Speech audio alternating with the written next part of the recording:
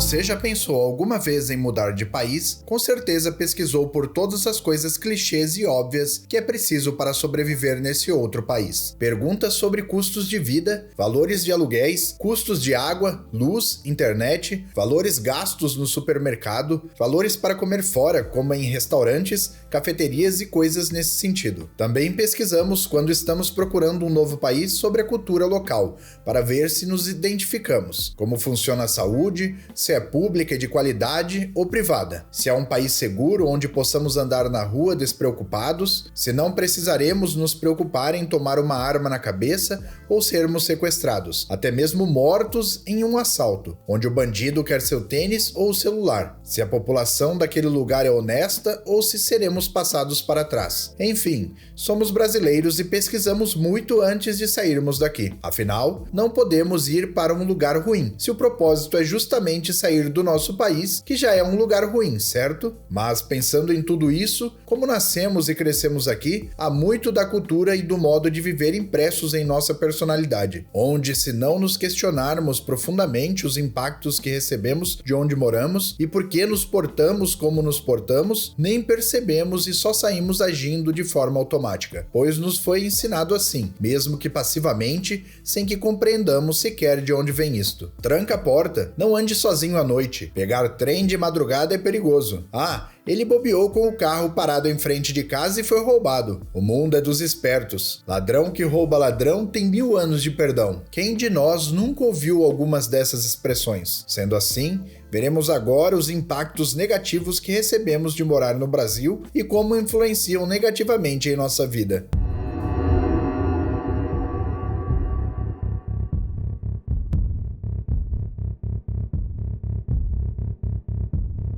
Vamos começar por uma das coisas que mais incomodam e atrapalham a vida do brasileiro comum: a violência.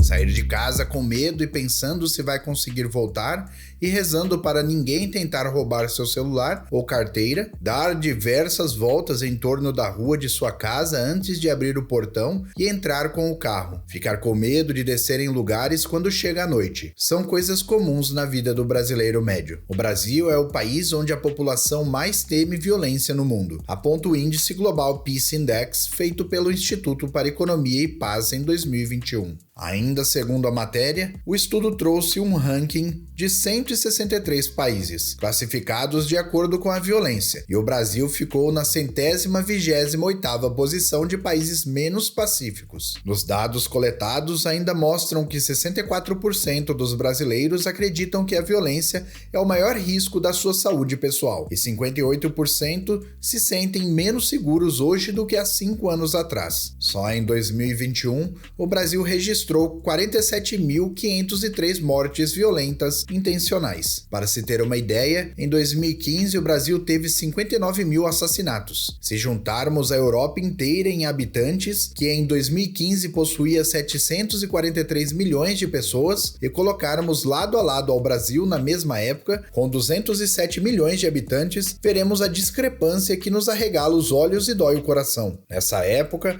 o Brasil teve 59.000 assassinatos, enquanto que no continente europeu inteiro teve 22.000 assassinatos. Ou seja, o Brasil, com uma população mais de 3 vezes menor, teve quase o triplo de assassinatos. O Brasil tem mais assassinatos do que todos esses países somados. Se olharmos no site da OCDE, no seu Índice para uma Vida Melhor, ferramenta criada para avaliar os países membros da OCDE, temos quase que pegar uma lupa para enxergar o ranking do Brasil em segurança, onde fica com 1.9 em nível de segurança. A título de comparação, esse mesmo ranking da Suíça, por exemplo, está em 9.3 em nível de segurança. Só para ficar mais claro e entendermos como a situação é grave, em apenas 3 semanas, mais pessoas são assassinadas no Brasil que o total de mortos nos ataques terroristas no mundo, nos 5 primeiros meses de 2017. E é claro que viver em meio a tanta barbaridade teria alterações negativas em nosso nosso corpo, físico e mental, e também nas nossas almas. As consequências dessa constante exposição à violência resultam em prejuízos sociais e individuais, como o atraso no crescimento econômico e impactos na saúde pública. Há problemas mentais para as vítimas. Segundo o professor do programa de pós-graduação em psicologia da Escola de Humanidade, Christian Christensen, quem passa por situações traumáticas corre o risco de desenvolver uma série de reações que, com o tempo, podem se configurar em transtornos mentais. Dentre os mais comuns, há 4: transtorno de estresse agudo, transtorno de estresse pós-traumático e os quadros associados de ansiedade e transtorno de humor. Como consequência disto, e não à toa, somos o país que tem a população mais ansiosa no mundo. Para se ter uma ideia, 9,3% da nossa população sofre de ansiedade e novos dados apontam que 86% dos brasileiros sofrem com algum tipo de transtorno mental, segundo a Organização Mundial da Saúde. Altas taxas de desemprego, oscilações frequentes na economia e a falta de segurança pública são apontados como principais fatores para essa alta prevalência de transtornos de ansiedade nos brasileiros. Abre aspas. O Brasil tem uma alta taxa de violência que faz muitas pessoas saírem de casa com o receio de serem assaltadas. Receio que gera ansiedade, fecha aspas, apontou Rafael Boechat, professor da Faculdade de Medicina da Universidade de Brasília.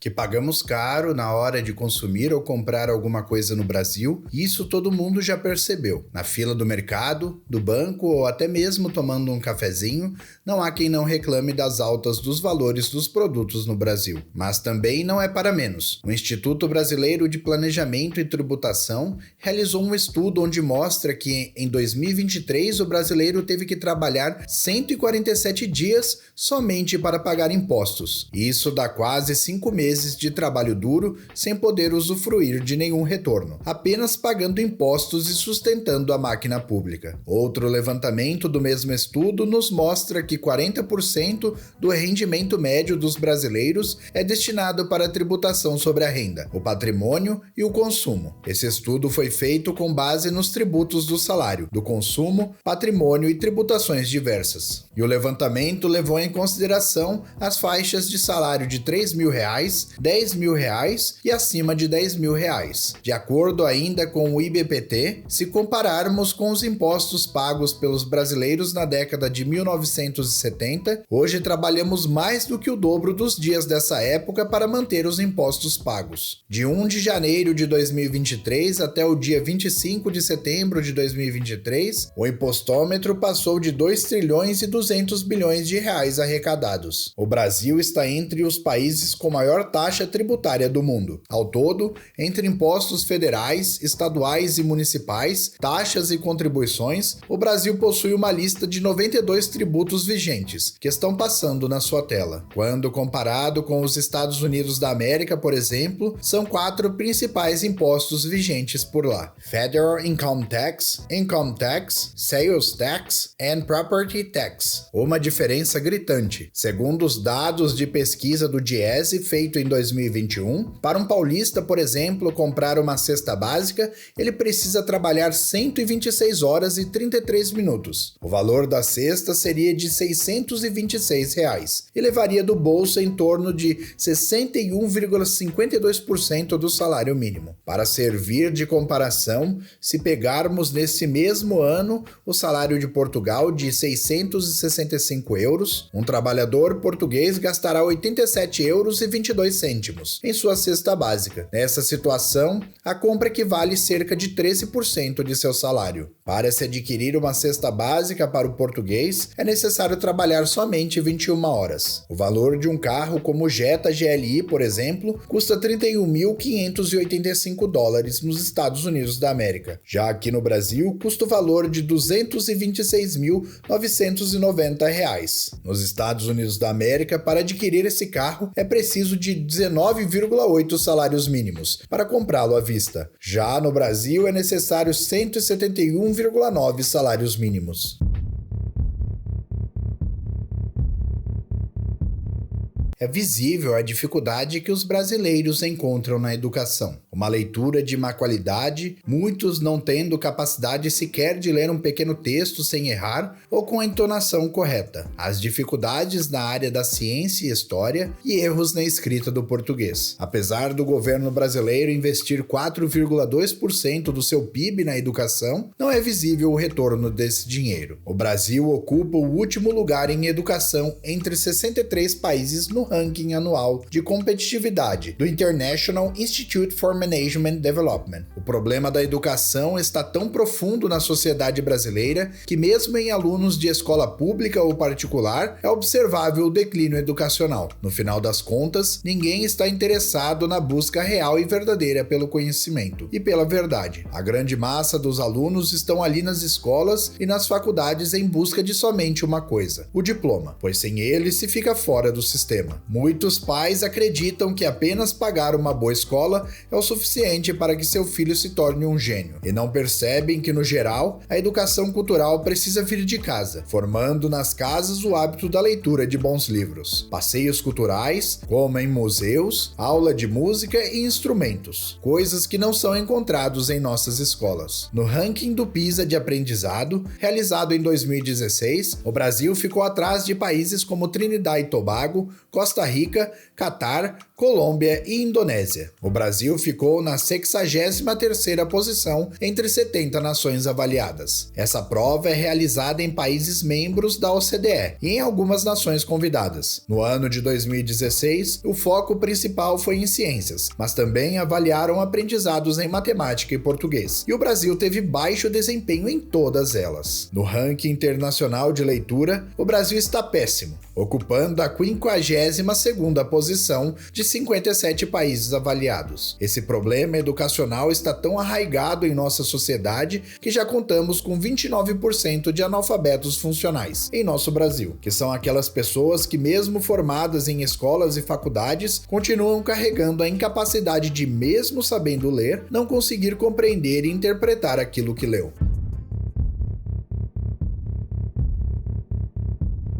Bem se vê que o Brasil enfrenta muitas dificuldades e em muitos âmbitos diferentes. Muitas vezes, nós que moramos aqui, por crescer convivendo com essas deformidades, podemos acreditar que é normal ou até mesmo nos adequar e acostumar com tudo isso sem ao menos nos questionarmos. É certo que não podemos fazer muito quando o assunto é violência ou os impostos, mas na questão da educação, podemos fazer a diferença a nós mesmos, buscando sempre a verdade dos fatos, lendo bons livros e consumindo bons conteúdos que nos fazem e ajudam a pensar. Quanto ao Brasil, só nos resta rezar para que em um futuro próximo possa tomar um rumo melhor, pois somente um país que investe verdadeiramente em sua nação pode ajudá-la a evoluir e desenvolver cada vez mais seu potencial e a capacidade humana. Mas enquanto isso não acontece, estamos perdendo cada vez mais a força da mão de obra jovem e qualificada do país. Em 2022, o número de brasileiros qualificados que decidiram se mudar do país, segundo registros da Fragomen, maior e mais antiga empresa de imigração do mundo, apenas para Portugal a procura aumentou em 200% ante 2021. Para os Estados Unidos da América, a busca foi de 114%